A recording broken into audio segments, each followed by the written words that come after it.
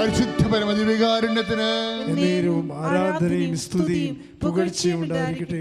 അടിക്കടിയുള്ള ജീവിത തകർച്ചകൾ കാരണം കർത്താവേ മനസ്സിടിഞ്ഞു പോരുണ്ട് ഈശോയെ.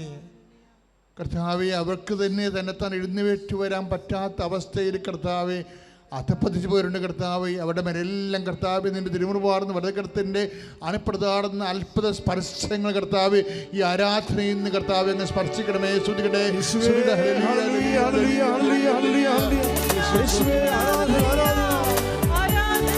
ദുഷ്ടൻ വീഴട്ടെ, എന്റെ കഷ്ടം മാറട്ടെ. ദുഷ്ടൻ വീഴട്ടെ, എന്റെ കഷ്ടം മാറട്ടെ. ദുഷ്ടിപ്പെട്ടുള്ളം നിന്നെ വാഴ്ത്തി പാടട്ടെ. ദുഷ്ടിപ്പെട്ടുള്ളം നിന്നെ വാഴ്ത്തി പാടട്ടെ.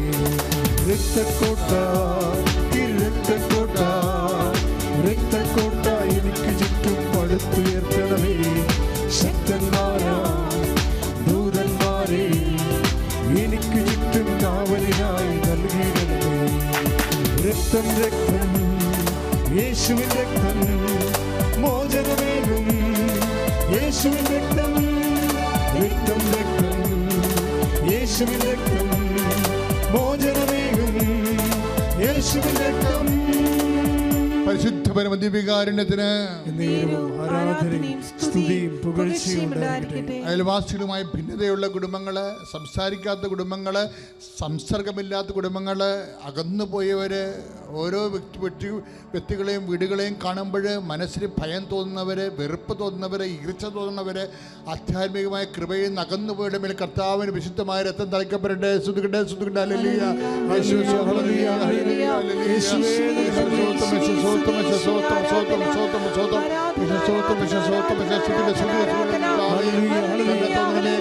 കൃപ തോന്നുന്ന കർത്താവിന്റെ വലിയ രക്തം മക്കളെ തളിക്കട്ടെ എന്ന് പ്രാർത്ഥിക്കുന്നു.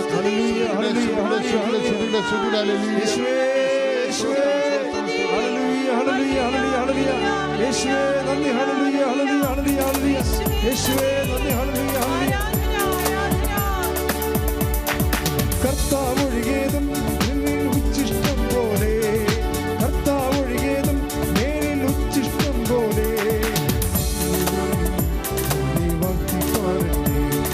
രക്തക്കോട്ട രക്തക്കോട്ട രക്തക്കോട്ട എനിക്ക് ചുറ്റും പടുത്തുയർത്തണമേ. ശക്തന്മാരാ ദൂതന്മാരെ എനിക്ക് ചുറ്റും കാവലിനായി നൽകിയിടണമേ. രക്തം രക്തം യേശുവിൻ രക്തം മോചനമേകും. യേശുവിൻ രക്തം രക്തം രക്തം യേശുവിൻ രക്തം മോചനമേകും. യേശുവിൻ രക്തം. പരിശുദ്ധ പരമദിവ്യകാരുണ്യത്തിന് നേരവും ആരാധനയും സ്തുതിയും പുകഴ്ചയും ഉണ്ടായിരിക്കട്ടെ. ജീവിതം വഴിമുട്ടിയവര്, യാത്രയിൽ അന്യദേശങ്ങൾ അകപ്പെട്ടു പോയവര്, തിരിച്ചു വരാൻ നിർവാഹമില്ലാത്തവര്, തിരിച്ചു വന്നവർക്കുന്നതിന് ജോലിയില്ലാത്തവര്, കുടുംബം എങ്ങനെ മുന്നോട്ട് കൊണ്ടുപോകണമെന്ന് അറിയാൻ പാടില്ലാതെ വിഷമിക്കുന്നവരെല്ലാം മാതാവിൻ്റെ മധ്യസ്ഥ സമർപ്പിച്ചുകൊണ്ട് ഈശോ തിരുസേനയിൽ സമർപ്പിച്ച് പ്രാർത്ഥിക്കുന്ന കർത്താവെ. പരിശുദ്ധമ്മയുടെ മധ്യസ്ഥ സമർപ്പിച്ചിരിക്കുന്ന ഓരോ വിഷയങ്ങളും വ്യക്തികളെയും കർത്താവെ ജീവിതം എന്ത് ചെയ്യണമെന്ന് അറിയാൻ പാടില്ലാതെ വഴിയറിയാൻ പാടില്ല നിൽക്കുന്ന വഴിമുട്ടി നിൽക്കുന്നവർ, മുഴിമുട്ടി നിൽക്കുന്ന കർത്താവെ അങ്ങനെ തിരുസേനയാണ് കണ്ണീരിന് കർത്താവെ കണ്ണീരോടെ കരുണയ്ക്ക് വേണ്ടി സമർപ്പിച്ച് പ്രാർത്ഥിക്കുന്ന കർത്താവെ അവർക്ക് വഴി കാണിച്ചു കൊടുക്കണമേ. അവിടെ മേലെല്ലാം ആ കുടുംബങ്ങളുടെ മേലെല്ലാം കർത്താവിൻ്റെ കൃപ ചൊരിയട്ടെ. വിശ്വസിക്കാൻ, പ്രാർത്ഥിക്കാൻ, പ്രത്യാശിക്കാൻ ആവശ്യമായ കൃപയാൽ നിറയട്ടെ. ശ്രുതികടെ ശ്രുതികടെ ഹല്ലേലൂയ.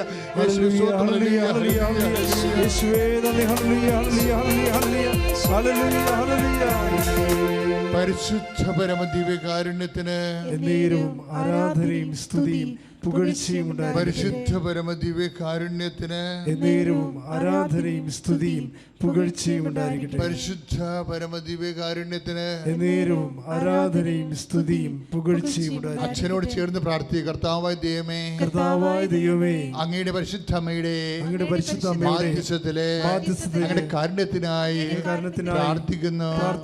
കർത്താവേ, കർത്താവേ, കടം കയറി മുടിഞ്ഞവര് എന്ത് ചെയ്യണമെന്നറിയാതെ മനസ്സ് കുഴങ്ങുന്നവര്, വഴി സത്യവും ജീവനുമായവരെ കർത്താവേ കർത്താവേ, ഈ ആരാധനയിലൂടെ ഈ നിമിഷം മക്കൾക്ക് വഴി കാണിച്ചു കൊടുക്കണമേ. ഞങ്ങളുടെ ഫേസ്ബുക്കിലൂടെ വരുന്ന എല്ലാ പ്രാർത്ഥന അപേക്ഷകള്, യൂട്യൂബിലൂടെ വരുന്ന എല്ലാ പ്രാർത്ഥന അപേക്ഷകള്, ഉടമ്പടി പ്രാർത്ഥനയ്ക്കായി ഓൺലൈനിലൂടെ വരുന്ന പ്രാർത്ഥന അപേക്ഷകള് സമർപ്പിക്കുന്ന ഓരോ വ്യക്തികള്, കുടുംബങ്ങള് കർത്താവിന്റെ കൃപയാൽ നിറയട്ടെ. ശ്രുതികട്ടെ, ശ്രുതികട്ടെ. ഹല്ലേലൂയ, ഹല്ലേലൂയ, ഹല്ലേലൂയ. യേശുവേ നന്ദി. ഹല്ലേലൂയ, ഹല്ലേലൂയ, ഹല്ലേലൂയ, ഹല്ലേലൂയ, ഹല്ലേലൂയ. പരിശുദ്ധ പരമദിവ്യകാരുണ്യത്തിന് എന്നേരവും ആരാധനയും സ്തുതിയും പുകഴ്ചയും ഉണ്ടായിരിക്കട്ടെ. എൻ്റെ പ്രിയപ്പെട്ടവരെ, നെഞ്ചില് ചങ്കില് കൈവച്ചുകൊണ്ട് പ്രാർത്ഥിക്കേണ്ട സമയമാണിത്. കാരണം നമ്മളിപ്പോഴും ആരാധിച്ചിരിക്കുന്ന സമയത്ത് അമ്മയുടെ വിമല ഹൃദയവും ഈശോയുടെ ദിവ്യഹൃദയവും ഒരുമിച്ച് കാണപ്പെടുകയാണ്. ഉടനെ പരിശുദ്ധാത്മാവ് എന്നോട് പറഞ്ഞ വിഷയം, എൻ്റെ മനസ്സിൽ തോന്നിച്ച വിഷയം ഇതാണ്: ഓരോരുത്തരുടെയും ഹൃദയങ്ങളെ സമർപ്പിച്ചുകൊണ്ട് പ്രാർത്ഥിക്കുക. ആ ഹൃദയങ്ങളുടെ പ്രശ്നം എന്താണെന്ന് വെച്ച് കഴിഞ്ഞാൽ, വലിയ അധർമ്മം വർദ്ധിക്കുന്നതിനാൽ പലരുടെയും സ്നേഹം തണുത്തു പോയെന്ന് മർക്കോസിൻ്റെ 14-ാം അധ്യായത്തിൽ പറഞ്ഞിരിക്കുന്ന പോലെ പല ആൾക്കാരുടെ ഹൃദയത്തിൽ നിന്ന് ഭക്തി അങ്ങ് ചോർന്നു പോയിരിക്കുന്നു, വിശ്വാസം അങ്ങ് ചോർന്നു പോയിരിക്കുന്നു. ജീവിതത്തിൻ്റെ സമ്മർദ്ദങ്ങളും സാഹചര്യവും കാരണം എങ്ങനെ പ്രാർത്ഥിക്കണമെന്ന് അറിയാൻ പാടില്ലാതെ പ്രാർത്ഥിക്കാൻ വാക്കുപോലും കിട്ടാതെ ഹൃദയം തളർന്നിരിക്കുന്നു.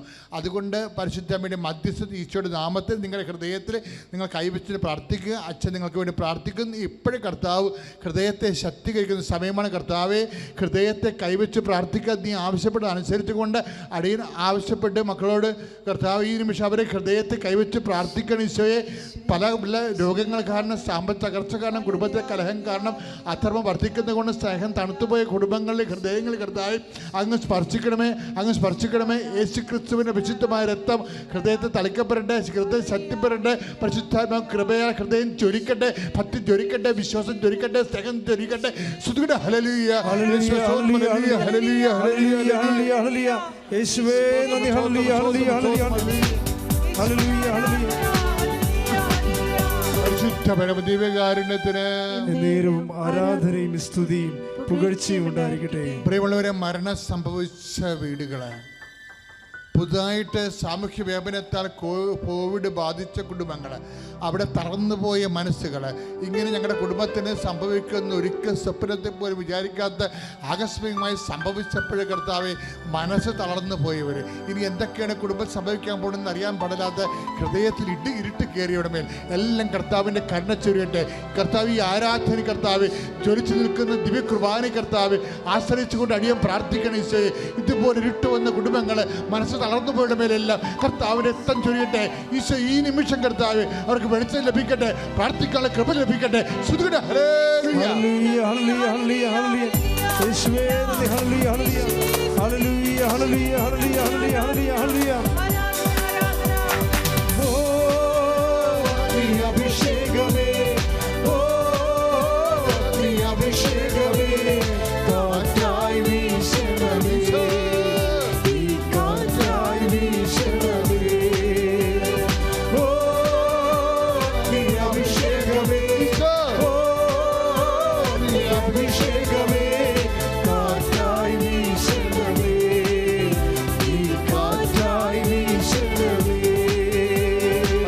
പരമദിവ്യകാരുണ്യത്തിന് നേരവും ആരാധനയും സ്തുതിയും പുകഴ്ചയും ഉണ്ടായിരിക്കട്ടെ. കർത്താവെ, മക്കൾക്ക് മാറി മാറി രോഗം വരുന്നവരെ, അവർക്ക് പഠിച്ചിട്ട് മനസ്സിലാകാത്തവരെ, മക്കളുടെ വിദ്യാഭ്യാസ തകർച്ച കൊണ്ട് വിഷമിക്കുന്ന വിറങ്ങലിക്കുന്ന കുടുംബങ്ങൾ കർത്താവ്, അതുകൊണ്ട് കർത്താവ് മക്കളെ കൊണ്ട് കർത്താവ് വേദനിക്കുന്നവരുടെ മേലെല്ലാം ഈ നിമിഷം കർത്താവിൻ്റെ അലിവിൻ്റെ കൃപ ചൊരിയണമേ.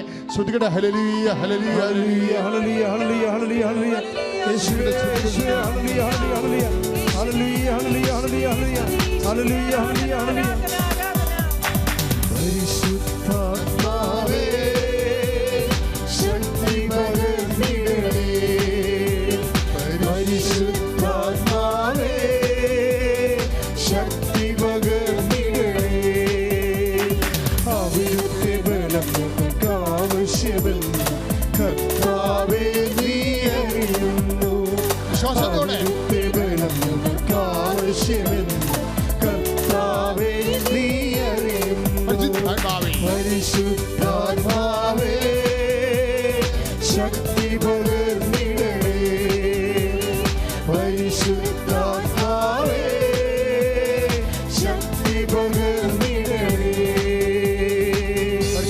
പരമദിവ്യകാരുണ്യത്തിന് നേരവും ആരാധനയും സ്തുതിയും പുകഴ്ചയും ഉണ്ടായിരിക്കട്ടെ. കർത്താവ് രക്തത്തിൽ വിഷം കയറിയവരെ കർത്താവ് സ്പർശിച്ചു കൊണ്ടിരിക്കുകയാണ് സഹോദരങ്ങളെ.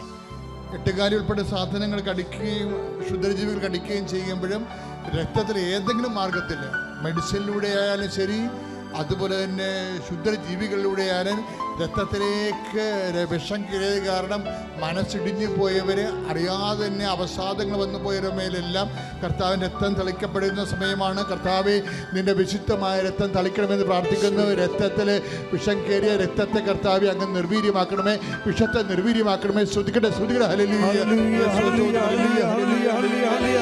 യേശുവേ, ഹല്ലേലൂയ, ഹല്ലേലൂയ, ഹല്ലേലൂയ. തിരുക്കരത്താൽ താങ്ങി എന്നെ തിരുരക്തത്താൽ കഴുകണമേ. തിരുക്കരത്താൽ താങ്ങി എന്നെ തിരുരക്തത്താൽ കഴുകണമേ. പെരുമഴ പോൽ പെയ്യട്ടെ, പെരുമഴ പോൽ പെയ്യട്ടെ. യേശുവിൻ രക്തം, യേശുവിൻ രക്തം, യേശുവിൻ തിരുരക്തം, യേശുവിൻ രക്തം, യേശുവിൻ രക്തം, യേശുവിൻ തിരുരക്തം. പേര് ക്രിസ്റ്റീന. ഞാൻ ന്യൂഡൽഹിയിലാണ് വർക്ക് ചെയ്യുന്നത്. തിരുവല്ലയാണ് എൻ്റെ സ്വദേശം. ഇതെൻ്റെ അമ്മയാണ്, ഇതെൻ്റെ കുഞ്ഞാണ്, ഇതെൻ്റെ ഹസ്ബൻഡാണ്. അമ്മ മാതാവ് എൻ്റെ ജീവിതത്തിൽ നൽകിയ ഏറ്റവും വലിയൊരു അനുഗ്രഹത്തെ പറ്റിയാണ് ഞാൻ സാക്ഷ്യപ്പെടുത്തുന്നത്. 2023 എൻ്റെ വിവാഹം. വിവാഹത്തിന് ശേഷം 1 വർഷത്തിന് ശേഷമാണ് എനിക്കൊരു പൊന്നോമനെ ദൈവം നൽകുന്നത്. 1 വർഷത്തിന് ശേഷം ഗർഭിണിയായപ്പോൾ ഞാൻ നാട്ടിലായിരുന്നു ചികിത്സയൊക്കെ ചെയ്തുകൊണ്ടിരുന്നത്. നോർമൽ സ്കാനിങ് ആയിരുന്നു. എല്ലാം ഒരു കുഴപ്പവും ഇല്ലാതാണ് എല്ലാം നടന്നു പോയത്.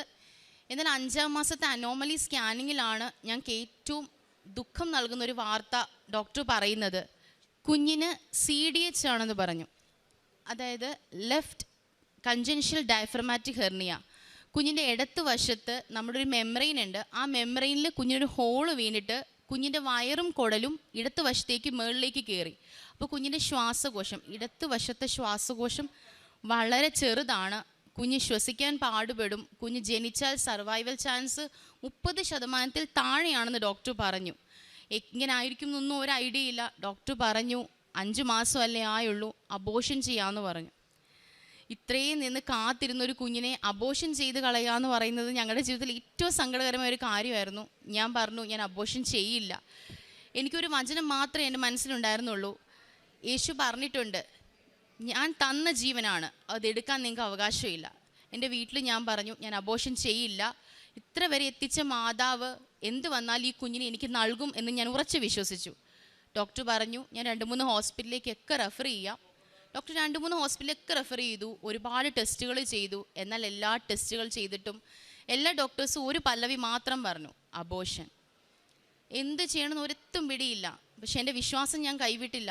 ഞാൻ മാതാവിനോട് പറഞ്ഞു, മാതാവേ, നീ എനിക്ക് തന്ന കുഞ്ഞാണെങ്കിൽ ഇതിനെ ജീവനോടെ എന്നെ ഏൽപ്പിച്ച് തന്നേക്കണേ എന്ന് പറഞ്ഞു. ഞാൻ ഓൺലൈൻ ഉടമ്പടി എടുത്തു. കാരണം ഞാൻ ഡൽഹിയിലായിരുന്നു. എനിക്കപ്പം ഇവിടെ വന്ന് ഉടമ്പടി എടുക്കാൻ ഒരു സാഹചര്യം ഇല്ലാത്തതുകൊണ്ട് ഞാൻ ഓൺലൈൻ ഉടമ്പടി എടുത്ത് പ്രാർത്ഥിച്ചു. എന്നും ഞാൻ ഡെയിലി ബ്രെഡ് കേൾക്കും. എന്നും ആ കൃത്യസമയത്ത് ഞാൻ എഴുന്നേറ്റ് ഡെയിലി ബ്രെഡ് കേൾക്കുമായിരുന്നു. എന്താണെന്നറിയത്തില്ല, അത് കേട്ട് കഴിയുമ്പോൾ എനിക്ക് ആ ഒരു ദിവസം ഭയങ്കര ഊർജ്ജമാണ്. അച്ഛൻ പറയുന്ന ഓരോ പ്രാർത്ഥനയാണെങ്കിലും, അച്ഛൻ എല്ലാ ഉടമ്പടി ധ്യാനത്തിലും പറയുന്നൊരു വാചകമുണ്ട്. നമ്മൾ പ്രാർത്ഥിക്കുമ്പം, അമ്മേ, പരിശുദ്ധി അമ്മേ, കൃപാസനം പ്രസാദവര മാതാവേ, എന്നെ അമ്മയുടെ പ്രത്യക്ഷീകരണത്തിൻ്റെ സാക്ഷിയാക്കണമേ എന്ന്. ഞാൻ ഓരോ രാവും പകലും വെറുതെ ഇരിക്കുമ്പോഴാണെങ്കിലും പ്രാർത്ഥിക്കുമ്പോഴാണെങ്കിലും എൻ്റെ മനസ്സിൽ ഞാൻ ജപിച്ചുകൊണ്ടിരുന്ന ഒരേ ഒരു വാചകം ഇത് മാത്രമായിരുന്നു. എനിക്കറിയില്ല എനിക്ക് എവിടെ നിന്നാണ് ഇതൊക്കെ ഒരു ശക്തി വന്ന് കിട്ടിയെന്ന് എനിക്കറിയില്ല. ഓരോ കാര്യങ്ങൾ ചെയ്യുമ്പോഴാണെങ്കിലും എൻ്റെ അമ്മ പറയും, നീ സങ്കടപ്പെടരുത്. ഞാൻ പറയും, എനിക്ക് സങ്കടമില്ല. എൻ്റെ മാതാവ് എനിക്ക് കുഞ്ഞിനെ തരുമെന്ന് പറഞ്ഞിട്ടുണ്ടെങ്കിൽ എൻ്റെ കുഞ്ഞിനെ എനിക്ക് തന്നിരിക്കുമെന്ന് പറഞ്ഞു. അപ്പോൾ ഞാൻ കൃപാസനത്തിൽ വന്നു, അച്ഛനെ കാണാൻ വന്നു. പക്ഷെ എനിക്ക് കാണാൻ സാധിച്ചില്ല. ഞാനിവിടെ നിത്യാരാധനയുടെ മുമ്പിൽ ചെന്ന് കുഞ്ഞിൻ്റെ ടെസ്റ്റ് റിപ്പോർട്ടുകളെല്ലാം ചാരി വെച്ച് പ്രാർത്ഥിച്ചിട്ട് പറഞ്ഞു, അമ്മേ മാതാവേ, എൻ്റെ കുഞ്ഞിനെ ഒരു കുഴപ്പവും കൂടാതെ എൻ്റെ കൈ തരുവാണെങ്കിൽ ഞാൻ ഇവിടെ വന്ന് സാക്ഷ്യം, എൻ്റെ കുഞ്ഞിനെ ചേർത്ത് ഞാൻ സാക്ഷ്യം പറയാം അമ്മയെന്ന് പറഞ്ഞു. അങ്ങനെ 2ാമത് വീണ്ടും ഞാൻ ഇവിടെ വന്നു, അച്ഛനെ കണ്ട് പ്രാർത്ഥിച്ചപ്പോൾ അച്ഛൻ എന്നോടൊന്നും പറഞ്ഞില്ല. അച്ഛൻ തിരിഞ്ഞു, തലയിൽ പിടിച്ച് പ്രാർത്ഥിച്ചിട്ട് അച്ഛൻ തിരിഞ്ഞു കളഞ്ഞു. എനിക്ക് എന്ത് ചെയ്യണമെന്നറിയില്ല. ഞാൻ കരഞ്ഞുകൊണ്ട് അച്ഛാന്ന് വിളിച്ചു. അച്ഛൻ വന്നപ്പോൾ ഞാൻ പറഞ്ഞു, അച്ഛാ, എന്നോട് അബോഷൻ ചെയ്യാനാ അച്ഛാ ഡോക്ടർ പറയുന്നേ, എനിക്ക് എന്ത് ചെയ്യണമെന്ന് അറിയില്ല അച്ഛാന്ന് പറഞ്ഞു. അച്ഛൻ തിരിഞ്ഞു നിന്ന് മാതാവിനോട് നോക്കി പ്രാർത്ഥിച്ചിട്ട് എന്നോട് തിരിഞ്ഞു നിന്ന് എൻ്റെ കവളത്ത് തട്ടിപ്പറഞ്ഞു, കരയരുത്, പ്രാർത്ഥിച്ച് നീ പോയി സ്കാൻ ചെയ്യും, കർത്താവ് അടയാളം കാണിച്ചു തരുമെന്ന് പറഞ്ഞു. ആ ഒരൊറ്റ വിശ്വാസത്തിൽ ഞാൻ പോയി സ്കാൻ ചെയ്തു. വെറും 30% താഴെ കുഞ്ഞ് സർവൈവ് ചെയ്യൂ എന്ന് പറഞ്ഞ ആ സ്കാനിങ് റിപ്പോർട്ട് തിരുത്തി എഴുതിക്കൊണ്ട് 60% മണ്ടയ്ക്ക് കുഞ്ഞ് സർവൈവ് ചെയ്യുമെന്ന് പറഞ്ഞു. പക്ഷേ അപ്പോഴും അവിടെ ഒരു കടമ്പയുണ്ടായിരുന്നു. ഡോക്ടർ പറഞ്ഞു സർവൈവൽ ചാൻസ് 60 ഉള്ളൂ, പക്ഷെ നമുക്കൊരു സർജറി ചെയ്യാം, ഇപ്പം തന്നെ വേണമെങ്കിൽ നമുക്കൊരു സർജറി ചെയ്ത് കുഞ്ഞിനെ രക്ഷപ്പെടുത്താമെന്ന് പറഞ്ഞു. ആ സർജറി ഞങ്ങളെ സംബന്ധിച്ചിടത്തോളം, ഞങ്ങളുടെ സാധാരണ കുടുംബമാണ്, അത് വളരെ വലിയൊരു സർജറി ആയിരുന്നു. സർജറി എന്ന് പറഞ്ഞു കഴിഞ്ഞാൽ മാസം തികയുന്നതിന് മുമ്പേ കുഞ്ഞിനെ എൻ്റെ ഉദരത്തിൽ നിന്ന് സർജറി ചെയ്തെടുത്ത് കുഞ്ഞിനെ സർജറി ചെയ്ത് കുഞ്ഞിൻ്റെ ആ ഹോളിലേക്ക് ഒരു ബോൾ ഇറക്കി വെക്കാമെന്ന് പറഞ്ഞു. ആ ബോളിൻ്റെ വിലയെന്ന് പറയുന്നത് 1 ലക്ഷം രൂപയാണ്. മൊത്തം സർജറി എന്ന് പറയുന്നത് ഏകദേശം 9 ലക്ഷം രൂപയോളം മണ്ടയ്ക്ക് വരും. അപ്പോഴും ഡോക്ടർ പറയുന്നു 100% സർവൈവൽ ചാൻസ് ഇല്ല. അവസാനം എന്ത് ചെയ്യണമെന്ന് അറിയില്ല. ഞാൻ പ്രാർത്ഥിക്കാൻ തുടങ്ങി, മാതാവിനോട് കണ്ടിന്യൂസ് ആയിട്ട് പ്രാർത്ഥിക്കാൻ തുടങ്ങി, അച്ഛൻ്റെ ഡെയിലി ബ്രെഡുകളെല്ലാം കേൾക്കാൻ തുടങ്ങി, സാക്ഷ്യങ്ങൾ കേൾക്കാൻ തുടങ്ങി. അങ്ങനെ ഞാൻ ഇവിടെ ഒരു സാക്ഷ്യം കേട്ടു, ഒരു ചേട്ടൻ പറയുന്ന സാക്ഷ്യം കേട്ടു.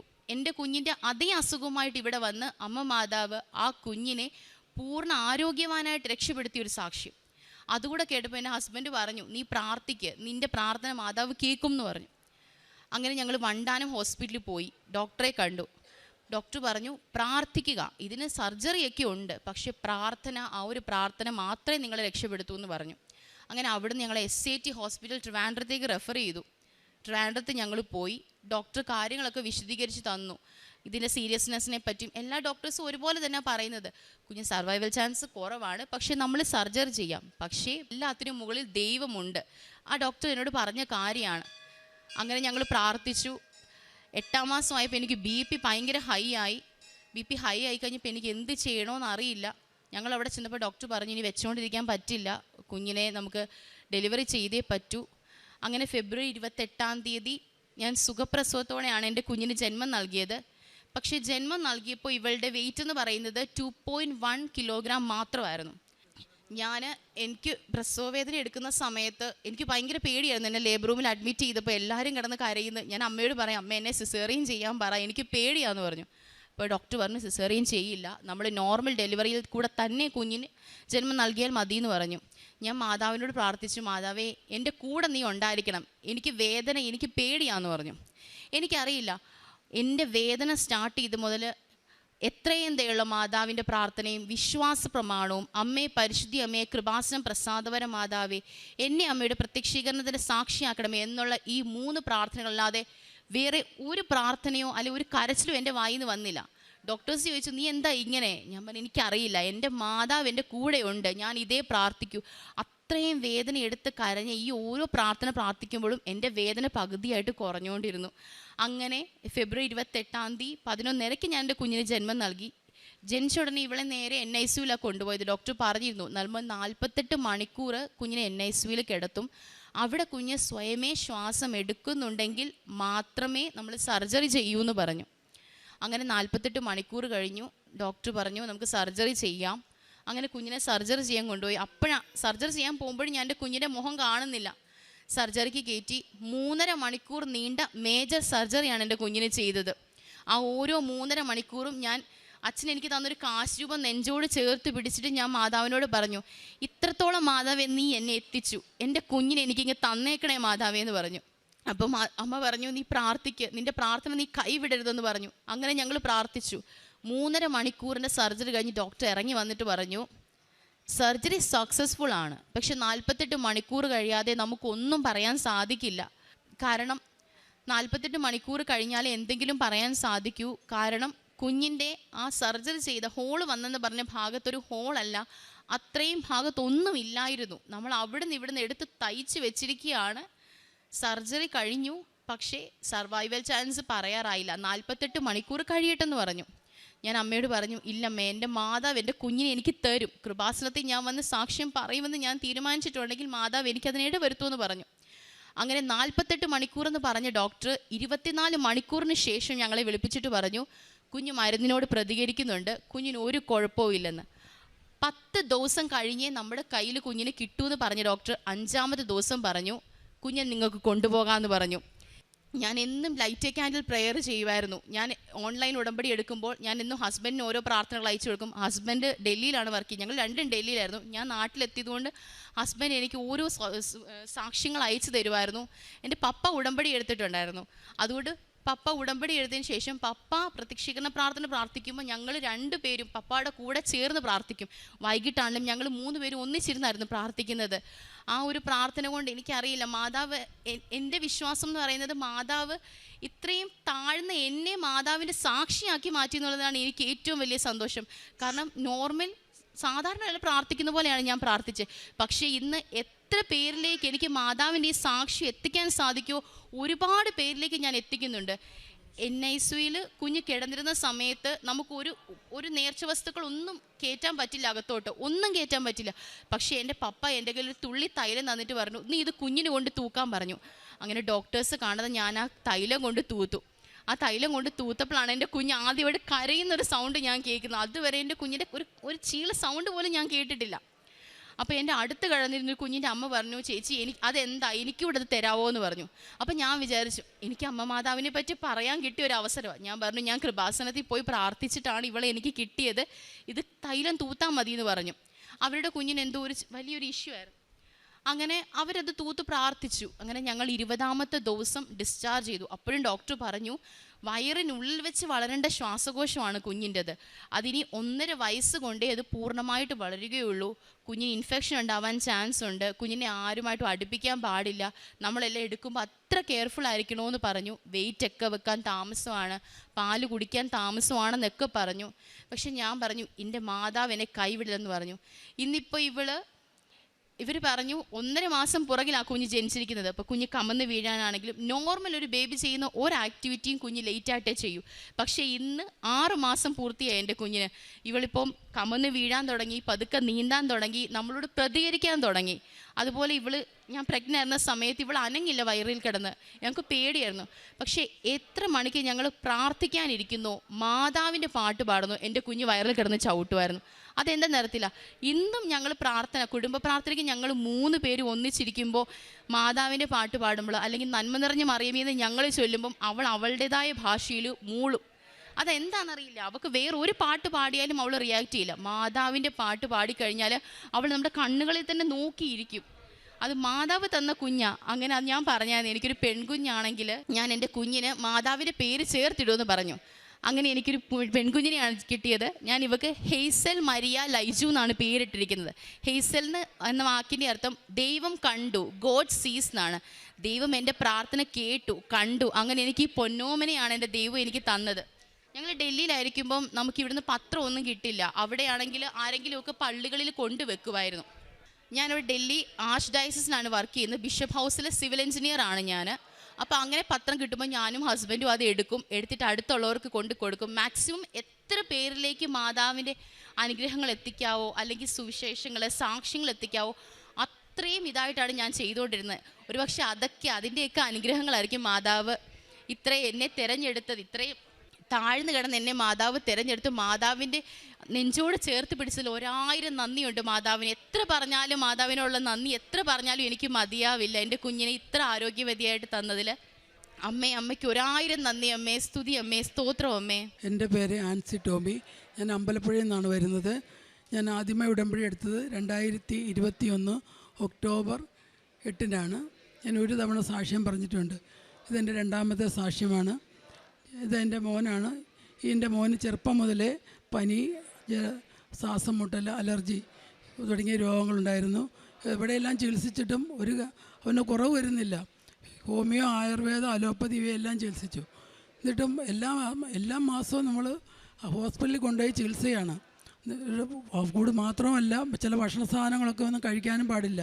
അങ്ങനെ ഒരു സാധനവും കഴിക്കാൻ പാടില്ലാതെ നമ്മൾ വളരെ വിഷമിച്ചു. അതിനുശേഷം ഞാനിവിടെ വന്നു. ഇവിടെ വന്ന് ഞാനൊരു ദിവസം വന്ന് പ്രാർത്ഥിച്ചപ്പോൾ അവിടെ കോവിഡിൻ്റെ സമയമായിരുന്നു. അപ്പോൾ അച്ഛനെ ഞാൻ കണ്ടു. അപ്പോൾ അച്ഛൻ എനിക്ക് നല്ല പരിചയമുള്ളതുകൊണ്ട് ഞാൻ അച്ഛനോട്, അച്ഛൻ എൻ്റെ മോനിങ്ങനെ സുഖമില്ല എന്ന് പറഞ്ഞു. അപ്പോൾ അച്ഛൻ എന്നോട് പറഞ്ഞു, നീ ഉടമ്പടി എടുക്കണമെന്ന് പറഞ്ഞു. അപ്പോൾ അന്നേരം ഉടമ്പടി എടുക്കുന്ന സമയം അവിടെ ഉടമ്പടി എടുക്കുന്നില്ല, കോവിഡ് സമയമാണ്. അതുകൊണ്ട് ഞാൻ വെയിറ്റ് ചെയ്തും 2-3 മാസമായപ്പോൾ ഞാനൊരു സ്വപ്നം കണ്ടു. ഞാൻ കണ്ട സ്വപ്നം ഇതാണ്. അച്ഛൻ ആരുമായിട്ട് ഒരു ഏറ്റുമുട്ടൽ നടത്തുന്ന പോലെ ഒരു സ്വപ്നമാണ് ഞാൻ കണ്ടത്. പിന്നീട് ഞാനിവിടെ അന്വേഷിച്ചപ്പോൾ ഇവിടെ ഉടമ്പടി തുടങ്ങി. അപ്പോൾ ഞാൻ വന്ന് ഉടമ്പടി എടുത്തു. ഉടമ്പടി എടുത്തതിന് ശേഷം ഞാൻ എൻ്റെ മോനെ ഇവിടെ കൊണ്ടുവന്ന് അച്ഛനെ കൊണ്ട് ബ്ലസ് ചെയ്യിച്ചു. അപ്പോൾ അവൻ്റെ നടുവേദന തുടങ്ങിയായിരുന്നു. അപ്പോൾ നടുവേദനയ്ക്കെല്ലാം മോചനം ലഭിച്ചു. പിന്നെ ഞാൻ ഈ നടുവേദനയുടെ കാര്യം പിന്നെ ഞാൻ വന്ന് ഇവിടെ സാക്ഷ്യം പറയാനായിട്ട് താമസിച്ചു പോയി. പിന്നെ കുറേ നാൾ കഴിഞ്ഞപ്പം വീണ്ടും ഉടമ്പടി പുതുക്കി. അതിനുശേഷം ഇവിടെ വന്ന് ഞങ്ങൾ വീണ്ടും വന്ന് പ്രാർത്ഥിച്ചു. പിന്നീട് ഞാൻ വീണ്ടും ഒരു സ്വപ്നം കണ്ടു. ഒരു സ്ത്രീ എൻ്റെ മകനെ ഗോവണി വഴി താഴോട്ട് ഓടിച്ചുകൊണ്ട് വരുന്നതായിട്ടൊരു സ്വപ്നമാണ് കണ്ടത്. ഓടിച്ചുകൊണ്ട് വന്ന് അവൻ തറയിൽ വന്ന് ഇരുന്ന് കഴിഞ്ഞപ്പോഴത്തേക്ക് മറ്റൊരു മെലിഞ്ഞ് ഉണങ്ങിയ എന്തോ ഒരു രൂപമായിട്ട് മാറുന്ന ഒരു സ്വപ്നം കണ്ടു. ഇതിനുശേഷം പിന്നീട് ഞാൻ മനസ്സിലാക്കി നോക്കിയപ്പോഴേക്കും പിന്നെ അവൻ്റെ അസുഖങ്ങളൊക്കെ കുറേ നാളായിട്ട് മാറി നിൽക്കുന്നതായിട്ട് കണ്ടു. ഞാൻ നോക്കിക്കളയാം, ഇനി അത് എപ്പോഴാണ് ഇത് കുറയുന്നത് നോക്കട്ടെ എന്ന് വിചാരിച്ച് ഞാൻ ഇങ്ങനെയൊന്ന് സംശയിച്ചു.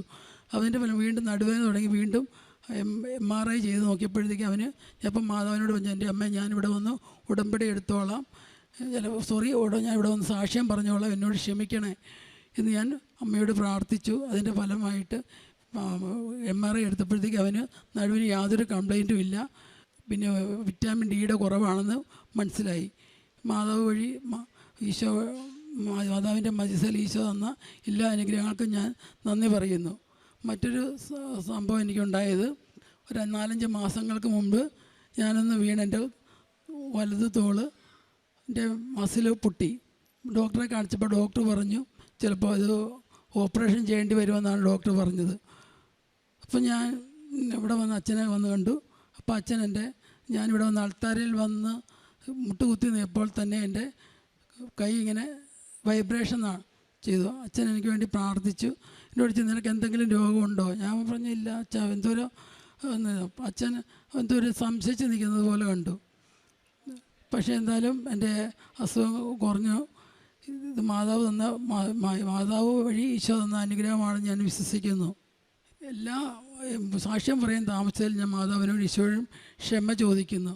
ഉടമ്പടി എന്ന് പറയുന്നത് ഒരു ദൈവിക സംരക്ഷണം നൽകുന്ന ഒരു പദ്ധതിയായിട്ട് ഞാൻ മനസ്സിലാക്കുന്നു. നമുക്കത് നിത്യതയിലേക്കുള്ളൊരു വാതിലാണ് നമുക്ക് തുറന്നു തരുന്നത്. മോശയെ ഈജിപ്തിൻ്റെ അടിമത്തിൽ നിന്ന് ഇസ്രായേൽക്കാരെ രക്ഷിക്കാനായിട്ട് ദൈവം മോശയെ നിയോഗിച്ചതുപോലെ ഇപ്പോൾ ഈ ലോകമാകുന്ന ഈ പല അടിമത്തങ്ങളിൽ നിന്ന് നമ്മളെ രക്ഷിക്കാനായിട്ട് ദൈവം അച്ഛനെ നിയോഗിച്ചിരിക്കുന്നതായിട്ട് ഞാൻ വിശ്വസിക്കുന്നു. നമുക്ക് അച്ഛന് വേണ്ടിയും അച്ഛൻ്റെ ആയുസ്സിനും ആരോഗ്യത്തിനും വേണ്ടി ഞാൻ ഈശോയോട് പ്രാർത്ഥിക്കുന്നു. നമുക്കെല്ലാവർക്കും പ്രാർത്ഥിക്കാം. ഈശോ എന്ന എല്ലാ അനുഗ്രഹങ്ങൾക്കും ഞാൻ നന്ദി പറയുന്നു. അമ്മ ഉടമ്പടിയിലായിരിക്കുമ്പം ഞാൻ ഈ സാക്ഷ്യമൊക്കെ കേൾക്കുമല്ലോ. അപ്പോൾ സാക്ഷ്യം കേൾക്കുമ്പം ഈ ആൾക്കാർ വന്നിട്ട് എറ്റേണൽ ലൈഫ് നിത്യജീവന് വേണ്ടി ആണ് ശ്രമിക്കുന്നതെന്നും നിത്യജീവന് വേണ്ടി ശ്രമിക്കുന്നത് കാണുമ്പം എനിക്ക് ഉടമ്പടി എടുക്കണമെന്ന് ഒരാഗ്രഹമായി. അപ്പം ഞാൻ 2 തവണ ഇവിടെ ഉടമ്പടി എടുക്കാൻ പോയി. അപ്പം ഇവിടെ നിന്ന് തന്നെ ഇല്ല, ഒരാൾ എടുത്താൽ മതിയെന്ന് പറഞ്ഞു. പിന്നീട് അങ്ങനെ ഇരിക്കുമ്പം അങ്ങനെ ഒരു ആഗ്രഹം ഇപ്പം എനിക്ക് ഉണ്ടായിരുന്നു. അങ്ങനെ ഇരിക്കുമ്പം ഞാൻ ആർട്ടിക്കൽഷിപ്പ് ചെയ്തു, CA ആർട്ടിക്കൽഷിപ്പിന് കയറി. അപ്പോൾ കയറുന്നതിൻ്റെ ഒരു ധൈര്യം എന്ന് വെച്ചാൽ ഉടമ്പടിയൊക്കെ ഉണ്ട്, നമുക്ക് മാതാവ് നമ്മളെ കാര്യത്തിന് നിൽക്കും എന്നുള്ള ഒരു ധൈര്യത്തിലാണ് ഞാൻ ആർട്ടിക്കൽഷിപ്പിന് കയറിയത്. ആർട്ടിക്കൽഷിപ്പ് കയറി കുറച്ച് നാൾ കഴിഞ്ഞപ്പം അവിടെ എനിക്കൊരു കമ്പനി ഇൻകോർപ്പറേഷൻ കിട്ടി. അപ്പം കമ്പനി ഇൻകോർപ്പറേഷൻ ചെയ്യാൻ വേണ്ടി എനിക്കറിയത്തില്ല. അപ്പം എൻ്റെ സീനിയേഴ്സ് എല്ലാം എക്സാം എഴുതാൻ പോയി. അപ്പോൾ ക്ലയൻറ്റ് തന്ന ഇൻഫോർമേഷൻ കംപ്ലീറ്റ് അല്ല. അപ്പം ഞങ്ങളുടെ സാറും ക്ലയൻറ്റും തമ്മിലുള്ള ഇതിൻ്റെ ഇടയിൽ പെട്ടപ്പോൾ എനിക്ക് ചെറിയ കാര്യം വരുമ്പോൾ തന്നെ ഭയങ്കര സങ്കടം വരും. അപ്പം ഈ സംഘർഷത്തിൽ എനിക്ക് ഭയങ്കര സംഘർഷമായി, എനിക്ക് ഭയങ്കര ഭയവും ഇതൊക്കെയായി. അപ്പോൾ എനിക്ക് ഉടനെ തന്നെ ഉടമ്പടി എടുക്കണം എന്നുള്ള ഒരു ഇതായി. അങ്ങനെ ആഗ്രഹിച്ച് അതിൻ്റെ അടുത്ത ദിവസം തൊട്ട് ഇവിടെ ഞാൻ ഉടമ്പടി എടുക്കാൻ വന്നു. അപ്പോൾ ഇവിടുത്തെ ബോർഡിൽ എഴുതിയിരിക്കുന്നു, ഇനി 18 വയസ്സിന് മേളിലുള്ളവർക്കെല്ലാം വ്യക്തിപരമായിട്ട് ഉടമ്പടി വേണമെന്ന്. അങ്ങനെ ഞാൻ ആ ഉടമ്പടി എടുത്തു. അതിന് ശേഷം എനിക്കുണ്ടായ വേറൊരു അനുഗ്രഹം എന്ന് വെച്ചാൽ ഞാൻ കഴിഞ്ഞ ഉടമ്പടി പുതുക്കാൻ വന്നപ്പോഴേക്കും എന്നോട് ചോദിച്ചു സാക്ഷ്യം വല്ലതും ഉണ്ടോ എന്ന്. അപ്പോൾ ഞാൻ പറഞ്ഞു വലിയ സാക്ഷ്യങ്ങളൊന്നും ഇല്ല അങ്ങ്. അപ്പോൾ അതിന് ശേഷം അതിന് ശേഷം ഞാൻ വീട്ടിൽ പോയി 2 ദിവസം കഴിഞ്ഞപ്പോഴേക്കും ഞാൻ അടുക്കളയിൽ അമ്മയ്ക്ക് ചായ ഇട്ടിട്ട് തിരിച്ച് വന്നപ്പം ഒരു ചെറിയ മണം. അപ്പം ഞാൻ വന്ന് നോക്കുമ്പം ഈ ഇലക്ട്രിക് സ്റ്റൗ പഴയ ഇലക്ട്രിക് സ്റ്റൗ ഉണ്ടായിരുന്നത് ചുമ്മാ പുതിയതായിട്ട് ഞങ്ങൾ വെച്ചതാണ്. അപ്പം ആ ഇലക്ട്രിക് സ്റ്റൗ പുകയാൻ തുടങ്ങി. അപ്പം അപ്പോഴേക്കും എനിക്ക് പെട്ടെന്ന് കൺഫ്യൂഷൻ എന്ത് ചെയ്യണം. ഉടനെ ഞാൻ അത് ഓഫാക്കി അമ്മയെ നോക്കി അങ്ങോട്ട് തിരിഞ്ഞപ്പോൾ തന്നെ ഇത് കത്താൻ തുടങ്ങി. അപ്പം അടുത്തൊക്കെ ഹോം അപ്ലയൻസ് വേറെ ഉണ്ട്, അതുപോലെ തന്നെ വുഡിൻ്റെ കബോർഡാണ്. അപ്പോൾ പെട്ടെന്ന് ഇത് തീ കത്തുമല്ലോ എന്നൊക്കെ പെട്ടെന്ന് ഉള്ള വിചാരമായി. ഉടനെ ഞാൻ വെള്ളം കോരി ഒഴിക്കാൻ പോയി. വെള്ളം കോരി ഒഴിക്കുന്നുണ്ട്. അപ്പോൾ ഇത് ഇലക്ട്രിക് അപ്ലയൻസ് ആയതുകൊണ്ട് വെള്ളം ഒഴിക്കാൻ പറ്റുമോ, ഇത് പുകയുന്നുമുണ്ട്, കത്താനും തുടങ്ങി. അപ്പം 2-3 തവണ വെള്ളം ഒഴിച്ചിട്ടും അത് കെടുന്നില്ല. അപ്പോൾ ഉടനെ അമ്മ ഉടനെ പോയി ഉടമ്പടിയുടെ ഉപ്പ് എൻ്റെ കയ്യിൽ കൊണ്ട് തന്നു. അങ്ങനെ ആ ഉപ്പ് ഞാൻ എടുത്ത് ഈ കത്തുന്നതിൻ്റെ മേലോട്ട് ഇട്ട ഉടനെ ആ കത്തിൽ നിന്നു. അത് എനിക്ക് ഒരു വലിയ സാക്ഷ്യം പോലെയാണ്. കാരണം വലിയ സാക്ഷ്യങ്ങളൊന്നും ഇല്ല എന്ന് പറഞ്ഞപ്പം ഒരു സാക്ഷ്യമായിട്ട് മാറിയത്. അതുപോലെ തന്നെ ഈ ഞാൻ പറയില്ല, ചെറിയ ആരോപണങ്ങൾ വരുമ്പോൾ തന്നെ ഞാൻ പെട്ടെന്ന് അങ്ങ് സങ്കടപ്പെടും. അപ്പം ഞാൻ ഇങ്ങനെ ഈ ഉടമ്പടി വസ്തുക്കൾ ഉപയോഗിക്കുകയും ഉടമ്പടി പ്രാർത്ഥനയിലായിരിക്കുന്നതുകൊണ്ട് എപ്പോഴും ഒരു സംരക്ഷണമാണ്. ഈ ഉടമ്പടിയിൽ വന്നേ പിന്നെ എത്ര വലിയ പ്രശ്നം ഉണ്ടായാലും അത് പ്രശ്നം എന്നെ ബാധിക്കും, പക്ഷേ അത് എന്നെ കൊല്ലില്ല. അങ്ങനെ വെച്ചാൽ എപ്പോഴും ഒരു ഷീൽഡ് പോലെ, ഒരു ഇൻസുലേഷൻ പോലെ എപ്പോഴും എന്നെ പ്രൊട്ടക്റ്റ് ചെയ്യുന്ന ഒരു അനുഭവമാണ് എനിക്ക് ഈ ഉടമ്പടി എടുത്തതിന് ശേഷം ഉണ്ടായിട്ടുള്ള. പ്രേക്ഷിത പ്രവർത്തനം ഞാൻ ഹോളി മാസ് കൂടിയിട്ട് കൺഫെഷൻ ചെയ്തിട്ട് മാത്രമേ ഞാൻ പത്രം വിതരണം ചെയ്യത്തുള്ളൂ. പത്രം വിതരണം ചെയ്യുമ്പം പ്രാർത്ഥിച്ചിട്ട് തന്നെയാണ് പത്രം വിതരണം ചെയ്യുന്നത്. അപ്പോൾ പത്രം വിതരണം ചെയ്യുന്ന സമയത്ത് ചിലവരെന്നെ കളിയാക്കും, ചിലവർ അവരുടെ ആവലാതി പറഞ്ഞ് സങ്കടം കേൾക്കും. അപ്പോൾ അവരുടെ സങ്കടം കേൾക്കും. ചിലവർ സന്മനസ്സോടെ സ്വീകരിക്കും. അപ്പോൾ ഈ 3 ഭാവങ്ങളും കാണും. അപ്പോൾ കളിയാക്കുന്നവരോട് ഞാൻ തിരിച്ച് കളിയാക്കുക ഒന്നും ചെയ്യാതെ കാമായിട്ടിരിക്കുന്നത് കാണുമ്പോൾ അവർ അത്ഭുതത്തോടെ ചിലപ്പോൾ നോക്കാറുണ്ട്. അപ്പം എന്നിട്ട് ഒരു ചേട്ടൻ പറഞ്ഞു, നിങ്ങളിങ്ങനെ കാമായിട്ട് പ്രവർത്തിച്ച് ആണ് നിങ്ങൾ ആൾക്കാരെ കയ്യിലെടുക്കുന്നത്. ആ രീതിയിൽ ഒക്കെ പറയാൻ തുടങ്ങിയിട്ടുണ്ട്. എപ്പോഴും കൃപാസനത്തിൽ വരുമ്പോൾ ഇവിടെ വരാൻ എനിക്ക് ഇച്ചിരി മടിയുണ്ട്, പക്ഷെ വന്നു കഴിഞ്ഞാൽ എനിക്ക് ഭയങ്കര സമാധാനമാണ്. ഞാൻ ഇത്രയും തിരക്കുണ്ടായിട്ടും പലപ്പോഴും ഭയങ്കര സമാധാനത്തോടെയാണ് ഞാൻ നിൽക്കുന്നത്. അതുപോലെ തന്നെ ആൾക്കാർക്ക് എന്നോട് സഹായം ചോദിക്കുന്ന ആൾക്കാർക്ക് പൈസ കൊടുത്ത് സഹായിക്കുകയും, അതുപോലെ തന്നെ പൂർ ഹോമിൽ പോയി അവിടെ അപ്പാപ്പന്മാർക്ക് അവരോട് സംസാരിക്കുകയും അവരുടെ നഖം വെട്ടി കൊടുക്കുകയും ചെയ്യുന്നുണ്ട് ഈ ഉടമ്പടി എടുത്തതിന് ശേഷം. അങ്ങനെ നല്ല പ്രവൃത്തികൾ ചെയ്ത് ഈ നിത്യജീവന് വേണ്ടി ഞാൻ ഈ കരുതലിനെ ഓർത്തും ഞാൻ നന്ദി പറയുന്നു ഈശോയ്ക്കും മാതാവിനും.